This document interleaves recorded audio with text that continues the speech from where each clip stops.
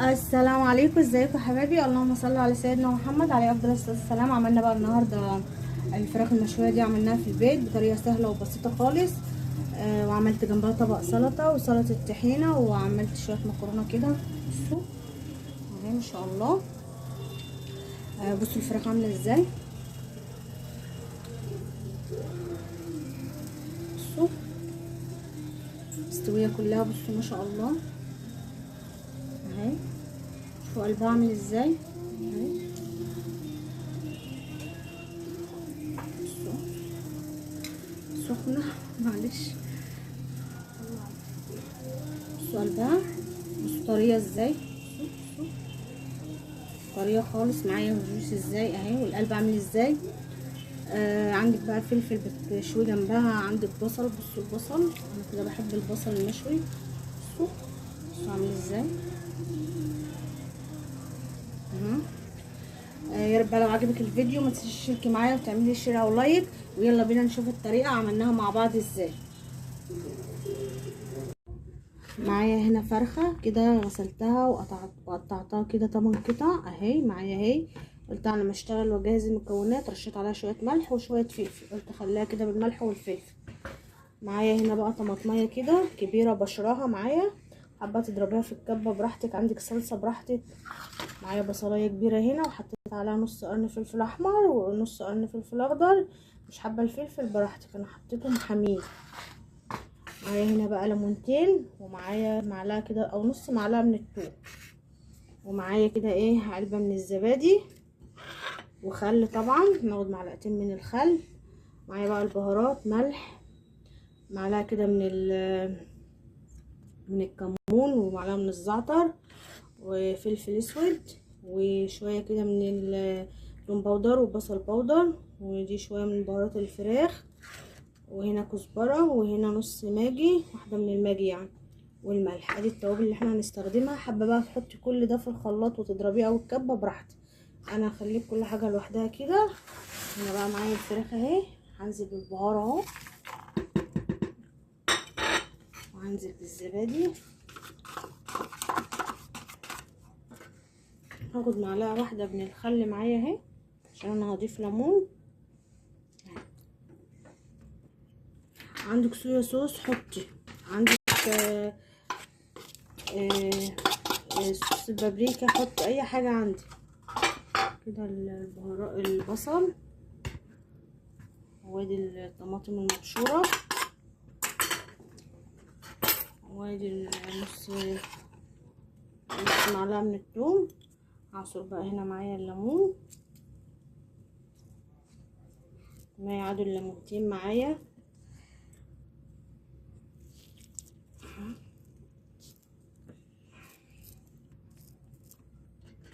ممكن تضيفي معلقه من البابريكا، انا هحط كمان معلقه من البابريكا، نسيت احط معايا معلقه من البابريكا. هقلب بقى كل الحاجه دي في قلب الفراخ والجلد بتاعها واعملها خالص. التتبيله دي ادخلها في قلب الفراخ واحطها في التلاجة، لان انا جايبه الفراخ لسه جايباها النهارده. فهحط التتبيله دي كلها بالفراخ في قلب التلاجة من تحت لحد مثلا اخر النهار، وبعدين احطها في كيس وادخلها الفريزر، لان انا مش هستخدمها النهارده، ممكن استخدمها بكره. فانتي ما تحطهاش على طول الفراخ يعني في الفريزر، تتبليها وتشيليها وتحطها في الفريزر، لان لما تيجي تشويها بتشد منك شويه. فانت لما تحطها في التتبيله دي لحد مثلا اخر النهار معاكي، هتطري الفراخ، وفي نفس الوقت الفراخ هتبقى طريه، مش هتحطها في الفريزر على طول تشد معاكي. هخلصها بقى واتبلها كويس واحطها بقى في التلاجة وارجع لكم كده. بقى بعد ما اتبلت معايا اهي، نسينا ايه حاجه واحده او ما نسيناش، هنخليها للاخر. هحط لها كده معلقتين من زيت الزيتون، او معلقه كده زيت عادي عندك حطي. هي بس عشان الازازه عندي خرمه البلاستيكه بس.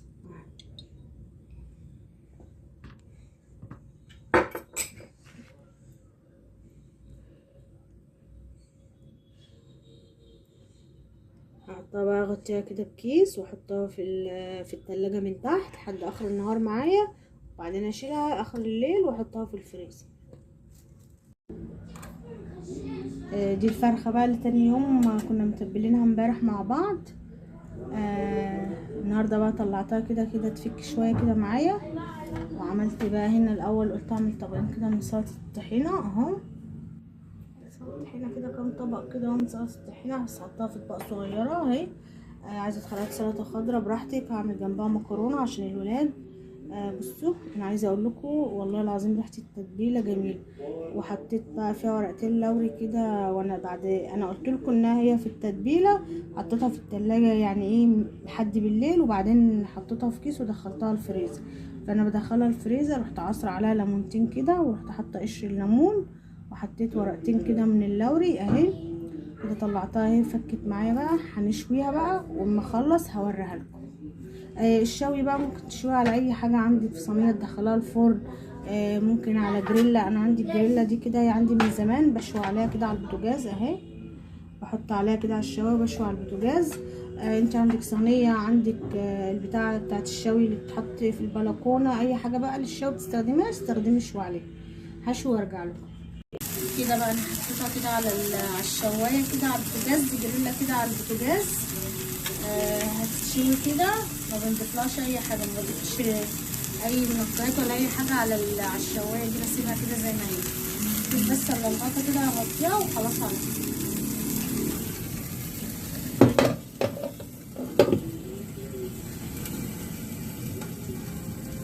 بصوا كده معايا بعد ما اتشوت وخدت اللون ده كده. بصوا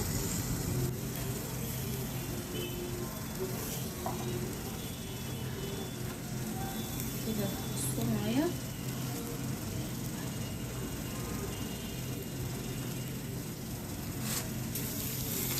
كده. لو عندي بصل ولا حاجه من الصغير ده مشوي عادي.